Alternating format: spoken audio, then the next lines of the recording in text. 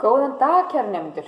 Í dag er fimmtudagurinn 19. mars. Og það er ennþá samkomubann. Í dag þá langar mig að útskýra fyrir ykkur þessi orð sem við erum alltaf að heyra núna í fréttum. Það eru alls konar orð sem eru kannski ný fyrir ykkur. Eins og orðið samkomubann. Hvað þýðir samkomubann? Samkomubann. Samkomubann, þetta orð er búið til, það er sett saman úr 3 orðum. Orðinu sam, þetta er svona forskeyti sam, sem að þýðir eiginlega að saman.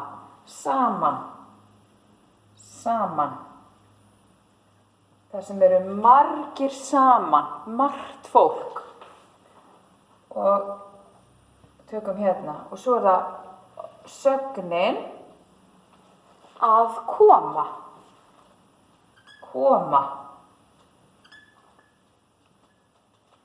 Samkoma, orðið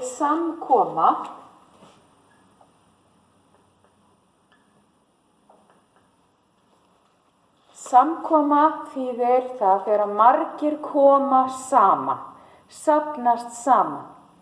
Margt fólk kemur saman, það er samkoma. En núna, af því að kórónuvírusinn, eða COVID-19, geisar heimsbyggðina, þá er búið að setja á samkomubann.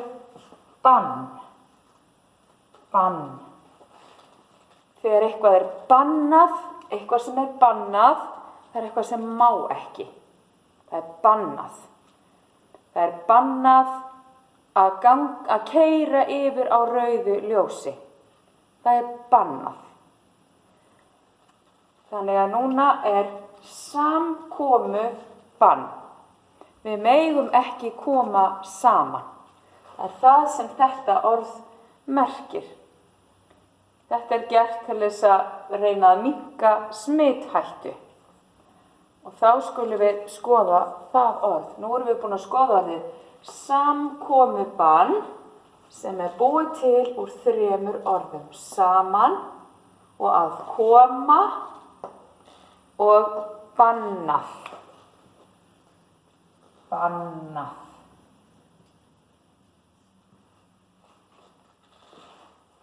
Þetta er alveg bannað.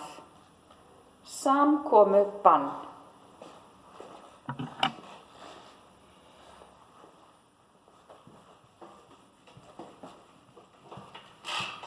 Svo er annað orð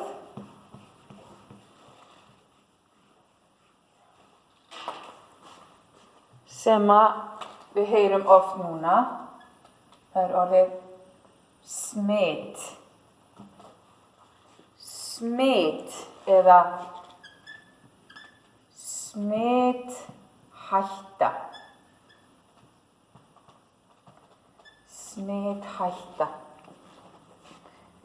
Smit þegar ef ég hósta og sá sem stendur á móti mér, hann fær bakteríur eða sýkla frá mér og smitast af hóstanum mínum eða veikinni minni. Eitthvað sem að smitast, það getur líka verið eins og liturinn, ef ég er að skrifa, og svo þegar ég er búin að skrifa þá er ég öll svört á puttunum. Þá segi ég, liturinn smitar svo. Hann smitar. Smit er eitthvað sem dreifist, sem dreifir sér, sem fer út allt. Og við tölum að sjúkdómar, þeir smitast.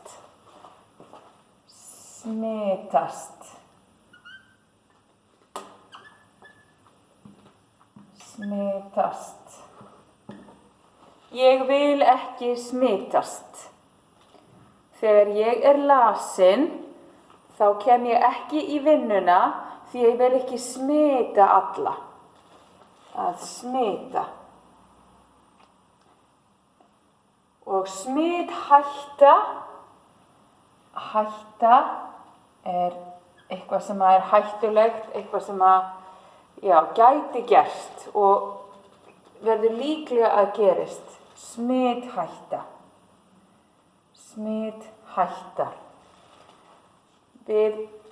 Það talað núna að ef margir koma saman og eru standa þétt saman, að þá geti orðið meiri hætta á að fólk smitist. Smithætta. Þess vegna búið að setja reglu samkomubann og að fólk þarf að vera langt frá hvort öðru, í fjarlægð. Þannig að það orðið smit og að smitast, þetta nafnorð, smit. Að smitast sagnorð, að smitast. Og smithætta líka nafnorð. Að smitast. Svo langar mig að kenna ykkur annað orð. Já, þetta orð, þetta orðið á ensku heitir þetta conjugate. To conjugate, að smitast. En nú ætla ég að sýna ykkur annað orð sem mikið talað líka. Og það finnst mér svolítið skemmtilegt orð, þó að það sé ekki gaman að lenda í því. Það orðið sóttkví. Sóttkví. Þetta alíslenskt orð. Orðið sóttkví. Kví, þetta orð hérna, það merkir afmarkað svæði, eitthvað pláss sem bara fyrir eitthvað ákveðið. Það til dæmis þegar að kindurnar koma af fjöllunum og það farið með þær í réttir, þá þetta kvíar. Það heita kvíar. Kvíar. Hérna eru kindurnar.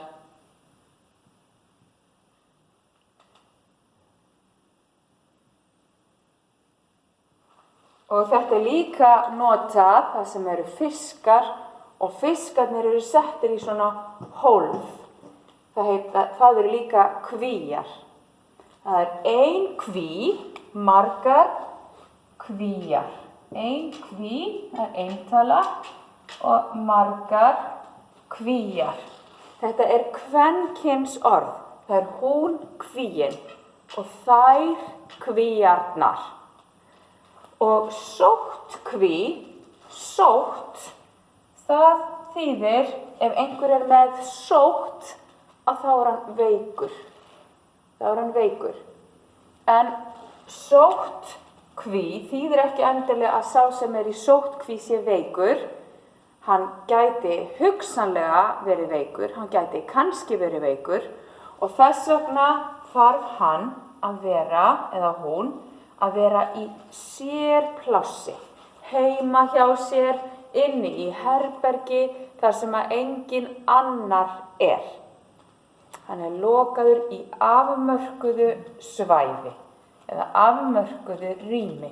Hann lokaður í sérplássi. Það það sem sóttkví merkir. Á ensku heitir þetta quarantine.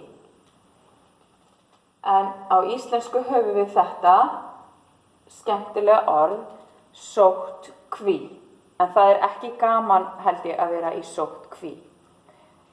Ef ég á heima í útlöndum og ég á dýr, gæludýr, kannski hund eða kisu og ég ætla að flytja kisuna mína með mér til Íslands, þá áður en ég fæ að taka hana heim til mín, þetta eru reglur á Íslandi, áður en ég fæ að taka hana með mér heim til mín, þá þarf kisa að fara í sóttkví. Af því að það eru ólíkir sjúkdómar í ólíkum löndum, sérstaklega hjá dýrum.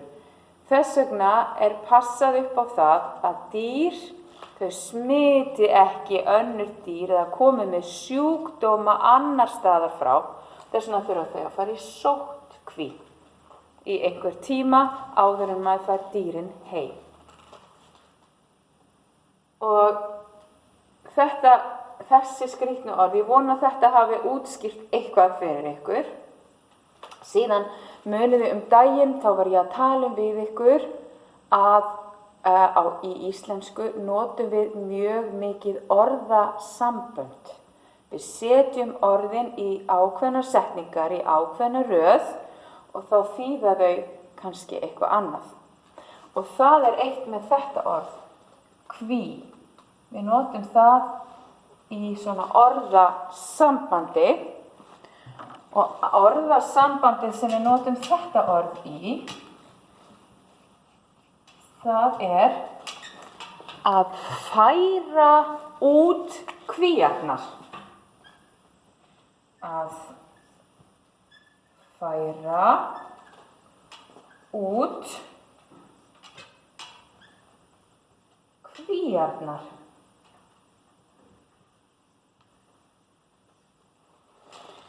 Hérna merkja kvíarnar svolítið annað.